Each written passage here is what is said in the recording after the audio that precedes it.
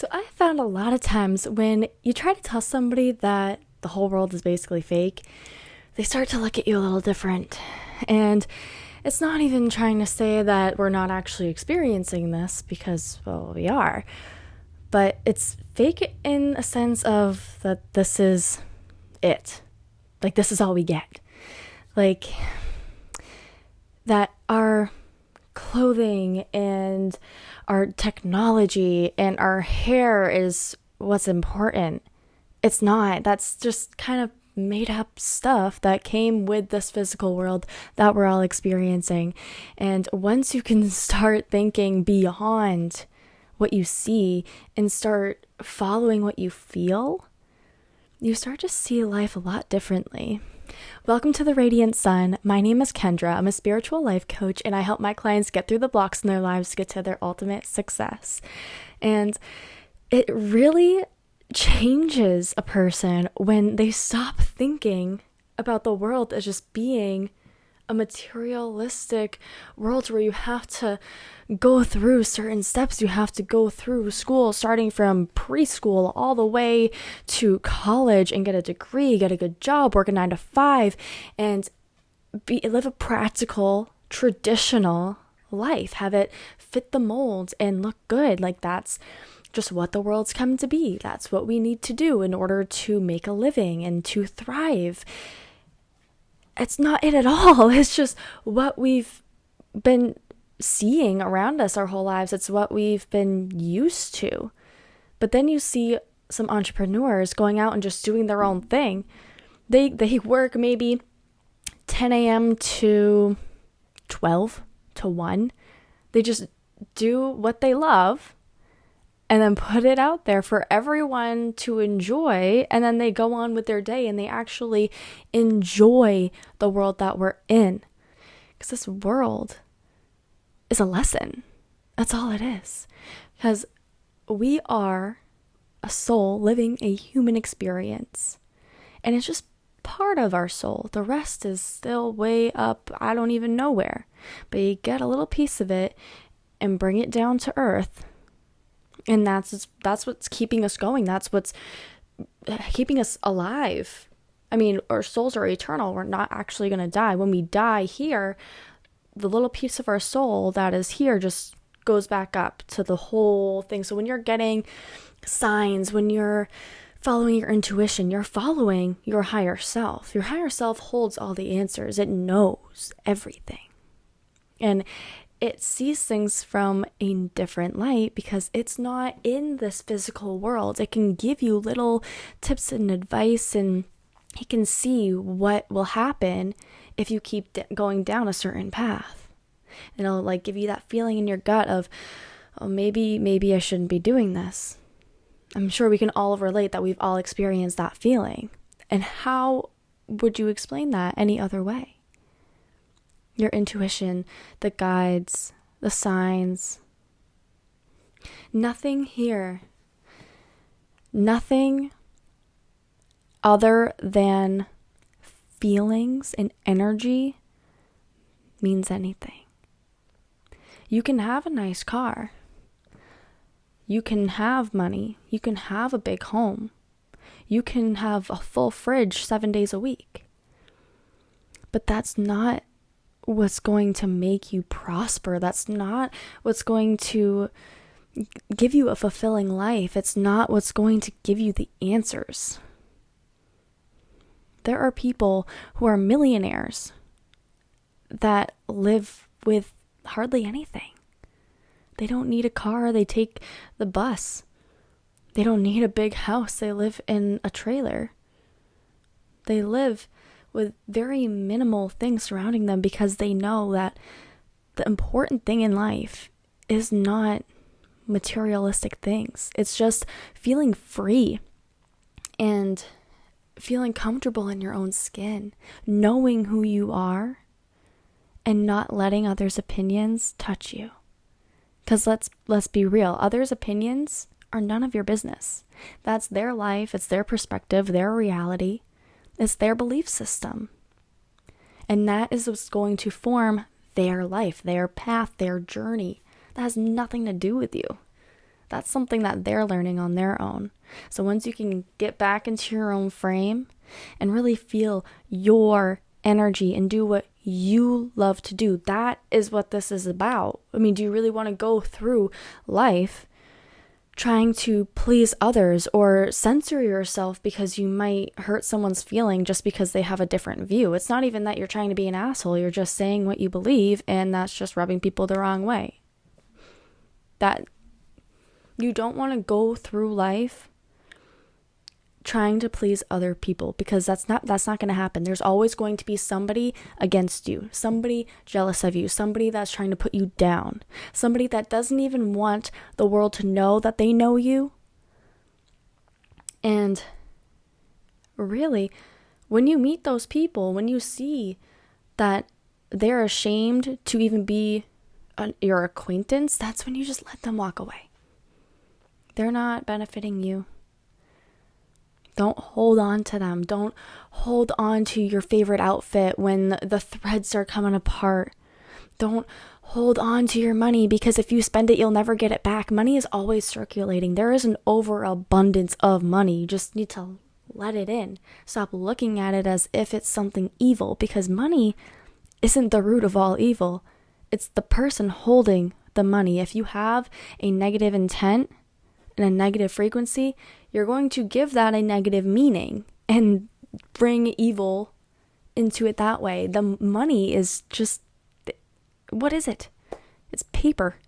I mean, other places it's like plastic or something, but you get the point.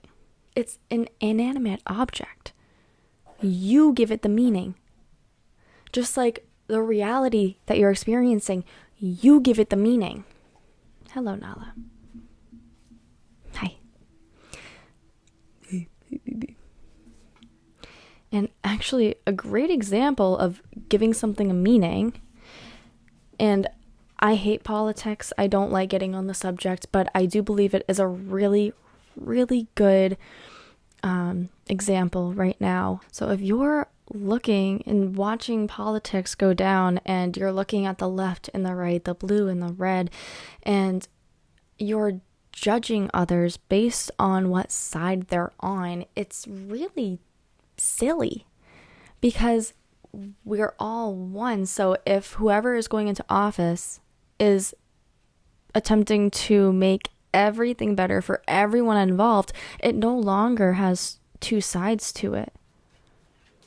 It's just one collective as a whole. So if you're perceiving things and in a negative way, then you can look at politics as being, well, evil. You can look at it as a being basically like a civil war. And if that's what you want to believe, I mean, that's the rabbit hole you're going to go down. You're going to find like-minded people like that.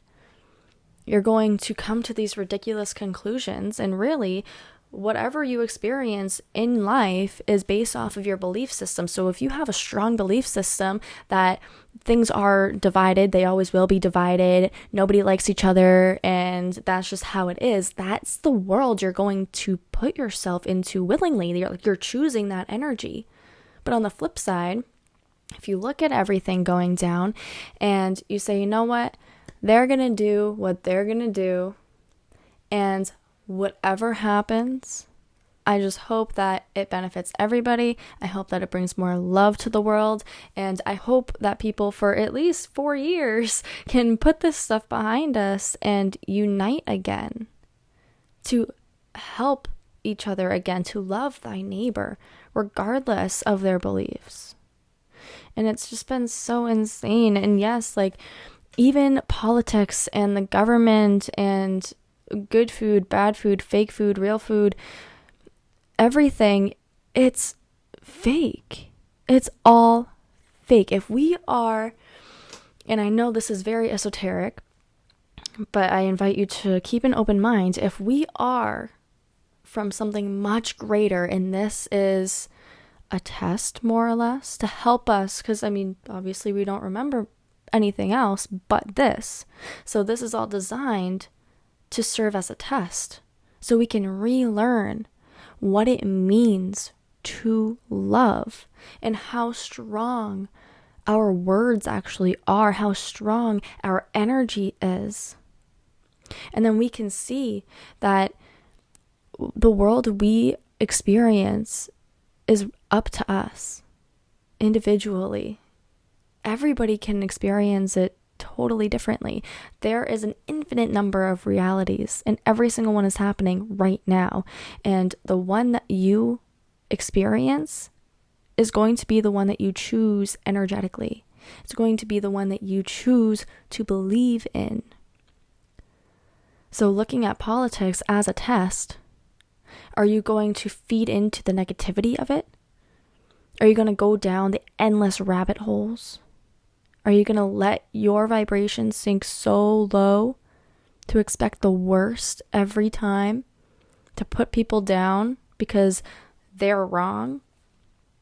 Or are you going to look at it as something that happens every 4 years? People go up. It is a competition. But in the end, what's going to happen? Is it really going to be worth feeding into the hate just for things to kind of go back to normal? I mean, this is a cycle. I mean, granted, this election is much different than any others, but nevertheless, life will move on. And are you going to choose to move on in a life filled with hatred by your choosing? Or are you going to see it all as, events that take place? The outcome really doesn't matter in the long, I'm not even speaking economically here, but I mean, in the long run, it's not worth it to put people down and then go on living life like you never did it. Because I will say that I'm not going to name names, I'm not going to post a video, I'm not going to do any of that, but there was this person that he just goes out into like a public setting and he sets up like a little tent booth, whatever, and he lets people have the mic for an allotted time, and they speak on like why they are choosing one candidate over the other. And I saw quite a few clips come up of this person doing this, and I never once saw anybody speaking of Trump. It was always someone voting for Kamala at the mic. And now, mind you, these are not grown adults taking the mic and putting in their 2 cents. These are like high school kids or fresh out of high school, like young kids that are still, I remember being in, obviously it wasn't that long ago, but I remember being in high school and learning about politics, and it's very, very hard to understand politics when you're learning from the school system, because that information is so incredibly biased and they hide a lot of things. So it's very hard to it's very hard to stand behind a politician and then expect to have to list off all of these facts about them, all their achievements and whatever, and not even understand fully what their job is, what the vice president's job is, what happened the last 4 years versus the 4 years before that. Like, it's keeping in mind that these kids are learning. So instead of having them come up and just, granted, they weren't, I guess, depends on how you look at it, but really, like, if this were to be presented in front of a judge, just because I can't think of a good example for it right now, but if it was put in front of a judge and the judge was asked, do you think this person, like asking the questions to these young kids, do you think that they're trying to put them down? Do you think they're purposely knocking them down? The judge would say no, because the way that it's coming across is very neutral. It's, okay, list off some achievements of this person. Okay, why do you think that? Okay, it's just simple questions. But the crowd, the energy there is what's important. And I watched this kid go up and take the mic, and he was speaking on Kamala, like supporting Kamala. And I'm not getting too deep into politics. I'm not putting in my opinion, but this kid, you could just tell, had a heart of gold. And he was just trying to get his voice out there and to understand things more. And the questions were okay. They were, again, neutral.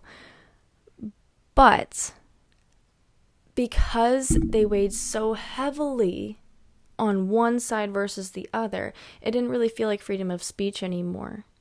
And the crowd was booing this kid and saying horrible things to him simply because he's trying to learn more. He's trying to have a better understanding of both sides of the coin here.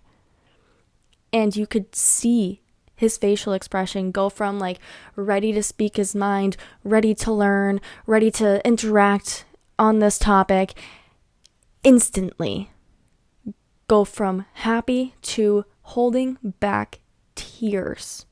This kid was, I have no doubt in my mind that this event traumatized him.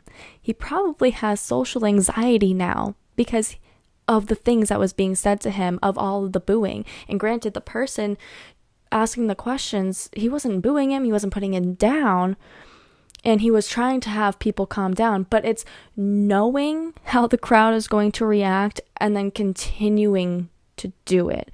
I do agree that people should have a better understanding of things, but in the end, is that really worth it? Is it really worth hurting someone so much just so you can be right? How does that make things okay? And again, I know politics is a very touchy subject and people will argue about it all day long. And that's not why I'm bringing it up. I'm bringing it up because it's things like that. And I mean, this could even go for sports too. You know, it happens so commonly that people don't agree. And if there's like a larger group of people and then like a small group of people, it's quite obvious that larger group of people is going to just totally squash the other side. It's just, you could easily give someone a better understanding of things without being rude, without putting them down on a personal level. They didn't know that kid. That kid didn't know them. The only thing that was clear was that they were going for one side and that kid was going for a different side. It was meant to be an adult conversation, and instead that kid left with tears in his eyes. It's just so uncalled for, and the events are so temporary.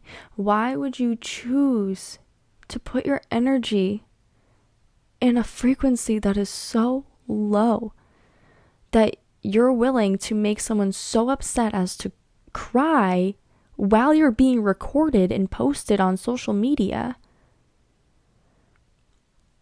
I'll never understand it, truly.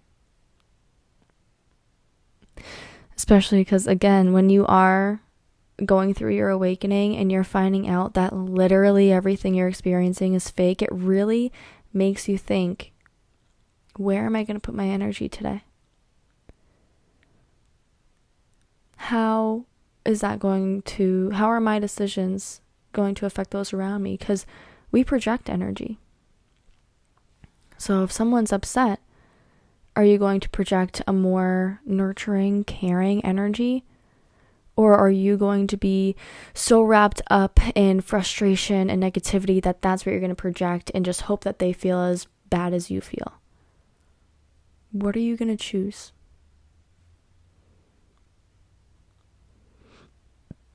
And I know I got into a bit of a rant about the whole politics thing. But after seeing that, I wish that there was more people, because there were videos being made too of trying to just ask people to settle down a little bit and to realize that the problem here isn't right versus left. It's hate versus love. That's what it is. Are you going to choose to put something that actually holds no meaning in this life that we're experiencing? Or are you going to choose to love unconditionally? no matter what the views are, no matter what the score is at the end, no matter if that person is your friend or not. Everyone is going through something. Whatever meaning you give something is what's going to be brought into your life. Everything that we experience is a test. So figure out what you're going to choose. Where are you going to put your energy? Ask yourself right now, has today been a positive day or a negative day? Weigh them out, write everything down, positive versus negative. And then look at that negative column. How can you put a positive twist on that? A negative could be, well, I was stuck in traffic and it added 30 minutes to my trip. A positive to that was, I was stuck in traffic, but for all I know, that could have saved me from an accident. There's always a positive twist to put on things. So where are you going to choose to put your energy? And notice how many times I've said choose during this video is because you have the power to live whatever life that you want. You need to choose wisely where you're putting your energy. So again, I'm sorry that got a little derailed in the politics thing. I just think that right now is a very appropriate time to use that as an example, especially considering the hurt I felt in my heart watching that kid be screamed at by hundreds of people. So I really hope that this opened your eyes.